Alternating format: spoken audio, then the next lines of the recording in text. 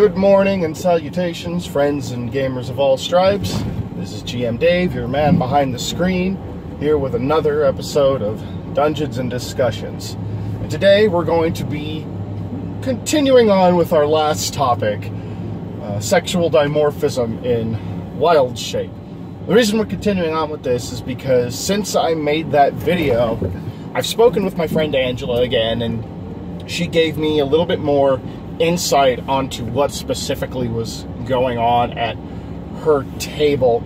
And while it doesn't change my ruling, it does add a little bit more context and a few more angles for us to consider.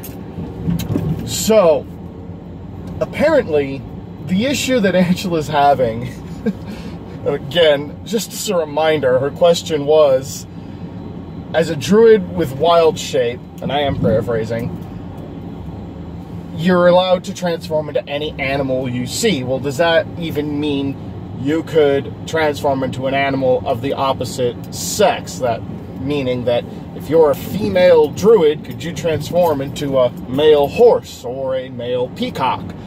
Something like that. And my ruling was, my ruling was based on the argument of whether or not you have a GM who's a really anal about that kind of thing, whereas they're like, oh, if you're playing a female, well then you have to only transform into female animals, and you have to see female animals to change into them. The argument was, as a reminder, the only time that would really be truly applicable is in a case where you're looking at sexually dimorphic animals like elephant seals, peacocks, certain types of frogs, so on and so forth. And that most animals within D&D are not sexually dimorphic, therefore not a problem. I still stand by that ruling. But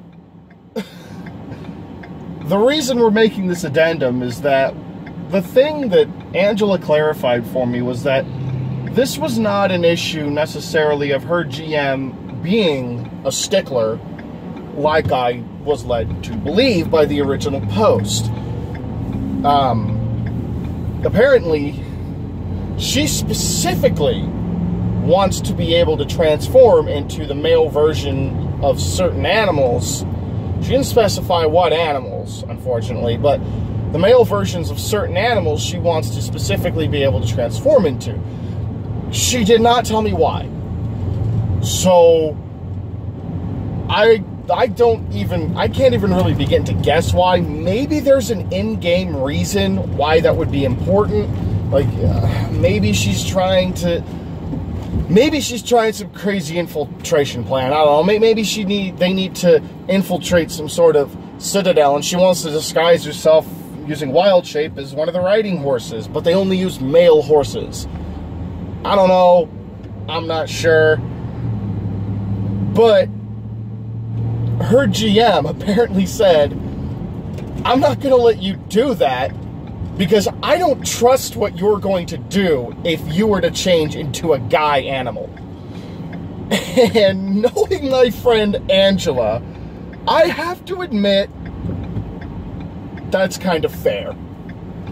That's pretty fair on her GM's part, not to trust her to wield that sort of a power responsibly. These are the types of people I'm friends with. And after she tells me this, I say this to her. I tell her, I can't really fault him for that, knowing you. She then says, well, in his defense, I did ask him what sort of an attack roll, or what sort of a damage roll I would need to make if I were to slap someone with my horse dick. So yeah, fair enough on the GM's part to say, no, I don't trust you to do that responsibly. I don't want you to be allowed to transform into a male animal because I don't know what the hell you're gonna do. So the addendum ultimately is, while I do think that, generally speaking, yes, you should allow your players to just use wild shape as they please. If they want to be a female druid, I would even argue, if they want to be a female druid and transform into a sexually dimorphic male creature, like a peacock, That's fine. That is perfectly fine with me. The ability is based in magic. Magic is weird. Who cares? It's fun. As long as you're not going to do something ridiculous, Angela, like try to, I don't know, attack an enemy with your horse stick, Angela, then sure, whatever. But, as with any ruling, ultimately it comes to you, as the GMs, knowing your players, knowing what they're capable of, and knowing whether or not you can trust them to not be overly stupid. And no offense, Angela, I can understand why he does not trust you to not be overly stupid, especially after admitting to me that you tried to attack someone in wild shape with your horse dick. These are the people I'm friends with. So yes, addendum to the sexual dimorphism and wild shape question. Ruling stands. Generally speaking, you should let your players do it. But do bear the behavior of your players in mind. If they have shown that they're not exactly trustworthy with something like that, then yeah, I can fully understand you saying, no, I'm not going to let you do that. You can't be trusted. After all, as the GMs, we are the ultimate arbiters at the table. We do have to make the decision on when to say yes, when to say no. We should always say yes as often as we can, but sometimes we'll run into cases such as those of trying to use wild shape to attack someone with your horse dick, Angela, to say no. And knowing what I know now, I can understand why the GM said no. Now, that being said, players, even if you're shown you're not trustworthy, you can still try to present a good, solid argument as to why what you're doing makes sense and why what you're doing should be allowed. Just, in the words of Philip DeFranco, don't be stupid, stupid. Don't go around trying to slap people with your animal genitalia in wild shape. It's not cool. We don't do that here. Okay, maybe you do that at your table, but generally speaking, most people aren't going to be amenable to that, Angela. So, that's all I've got for you guys today.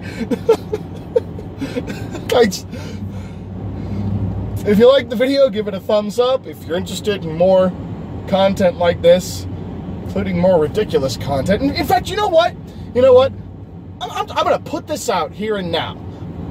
I'm putting out a call to all my viewers, all my players, anybody.